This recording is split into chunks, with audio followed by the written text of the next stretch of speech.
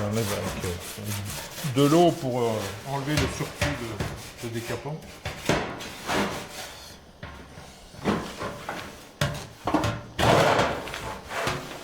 Bien.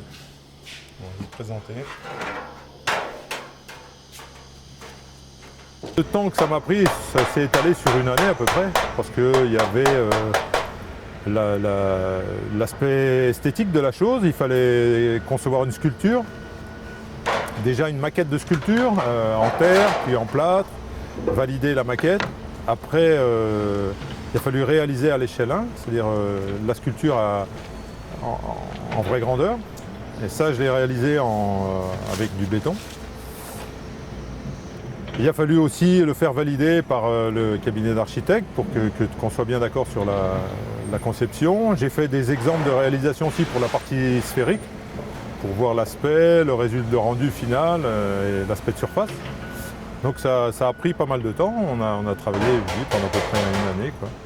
Et puis au total, j'ai dû travailler entre 400 et 400 heures à peu près, quoi. Alors le travail de cette matière, c'est un petit peu particulier, je ne l'avais jamais travaillé puisque c'est un alliage spécial. Donc il est plus dur que les matériaux que je travaille d'habitude. D'habitude je travaillais le zinc ou le cuivre. Là c'est beaucoup plus dur à couper, à plier, à emboutir. Et puis il y a une autre spécificité, c'est la soudure. C'est un petit peu différent. Bon, c'est de la brasure à l'étain en fait, hein, mais il faut un décapant spécial, c'est des choses un peu particulières. Donc j'ai découvert, mais je me suis adapté assez facilement quand même. Donc, sur la sculpture en béton, j'ai coulé du plâtre, j'ai coulé 1 tonne de plâtre pour faire le moule. Et donc là, j'ai des amis qui m'ont aidé parce qu'il fallait être plusieurs.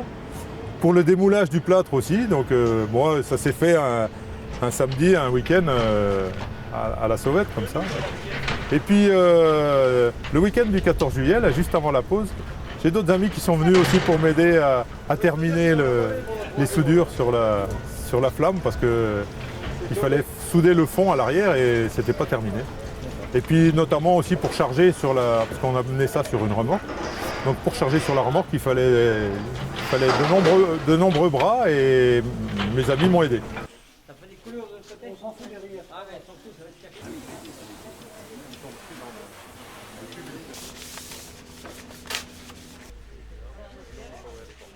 On peut pas vous aider?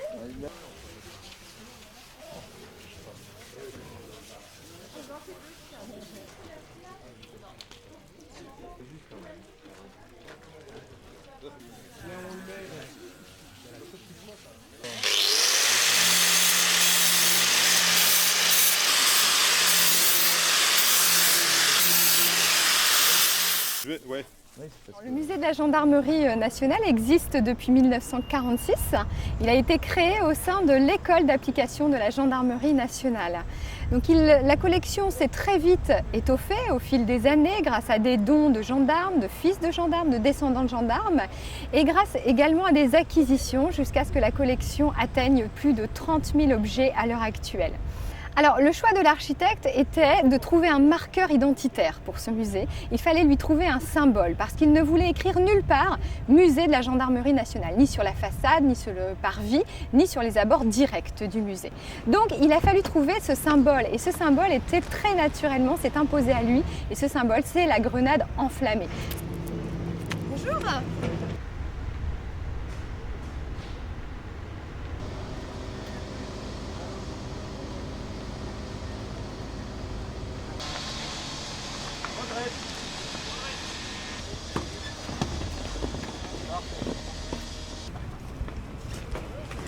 Bon, allez. Ok, on y est.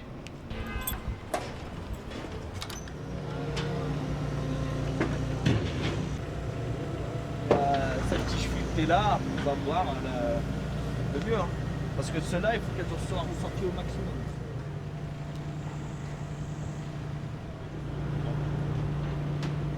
Tu fais ressortir sur le dessus après?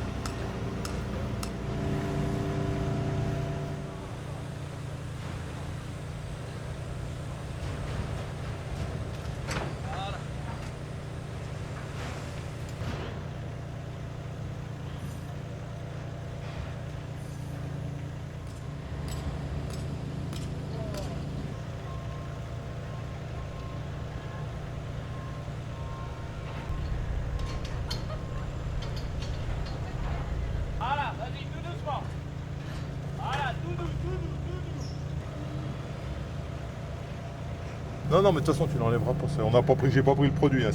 Parce qu'il y a de l'eau dedans, puis j'ai enlevé la couleur d'eau. C'est tout. J'ai juste ça.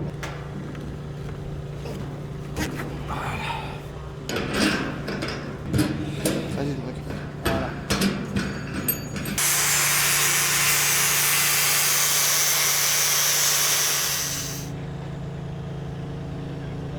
Faut qu'elle est passée après, là, elle va faire sa vie.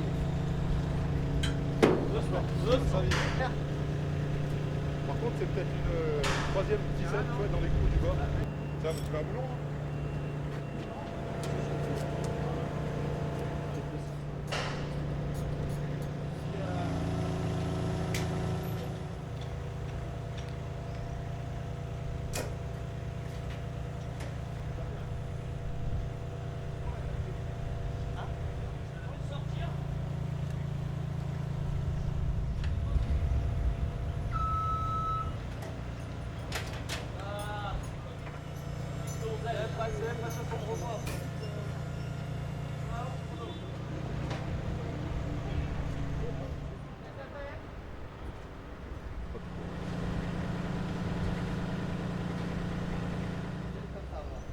Mais bon, c'est artisanal.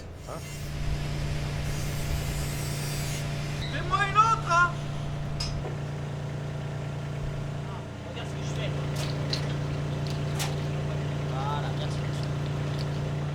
Maintiens la grenade. Moi aussi, j'ai un...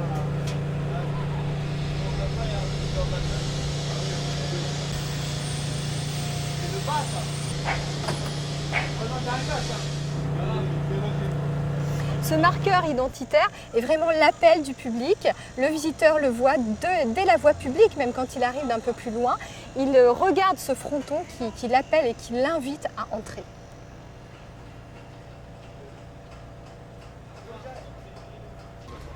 Donc pour le coup, on va refaire la même chose. Mettre la tige d'en haut. Voir. Poser et puis faire ça après, quoi. Tracé. Parce que les tracés que j'ai faits, c'est ce que c'est pas bon. Et on peut même les passer dedans, là. Ouais, mais je préfère pas trop au serrage comme ça.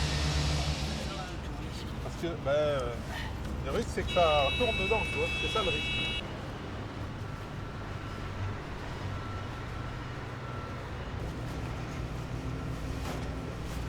Voilà, là, t'es sur l'arrondi. Ouais.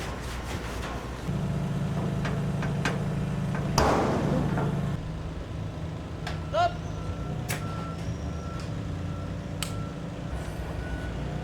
Là, t'es bon. Hop.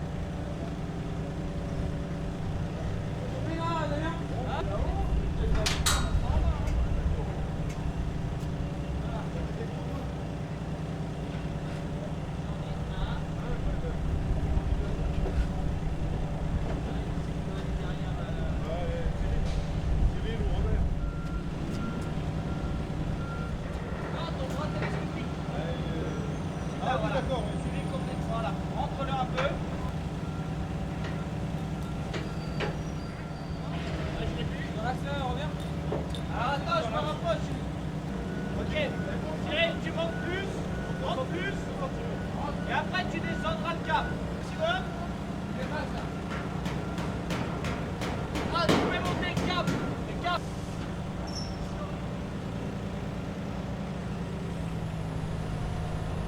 Vas-y, vas-y, vas-y, vas-y, vas-y. forme, ça reprend exactement c'est plus fin. La dernière opération, la structure, comment dire, de cette grenade dans la profondeur, dans l'épaisseur, et c'est exactement ça. Ah oui, on est trop haut là.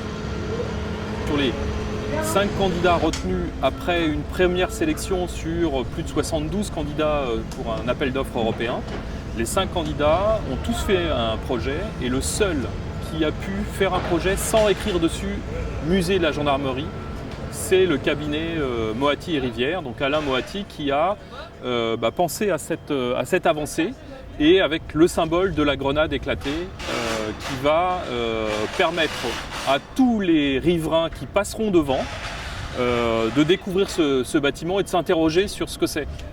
Et tout en s'interrogeant, une fois qu'ils auront compris qu'il s'agit bien de la gendarmerie, et ça se sent simplement avec ce geste architectural-là, et puis l'objet de la grenade fait par l'artisan, et bien là, ils auront l'objectif, c'est de donner envie de rentrer, de donner envie d'aller voir de plus près, de passer en dessous cette grenade, et puis de rentrer dans le bâtiment pour visiter le musée de la gendarmerie. Mon atelier, il est en Saône-et-Loire, un petit village près de Chalon-sur-Saône qui s'appelle Saviange. Alors c'est vraiment minuscule, hein. Il y a 70 habitants, donc on est tranquille. Et donc j'ai mon atelier à côté de ma maison et j'ai travaillé à côté de chez moi, donc voilà. Et ça s'est terminé dans la cour parce que l'atelier était trop petit pour faire la flamme, alors c'était dehors, en extérieur. J'ai commencé sous la pluie et j'ai fini sous la canicule.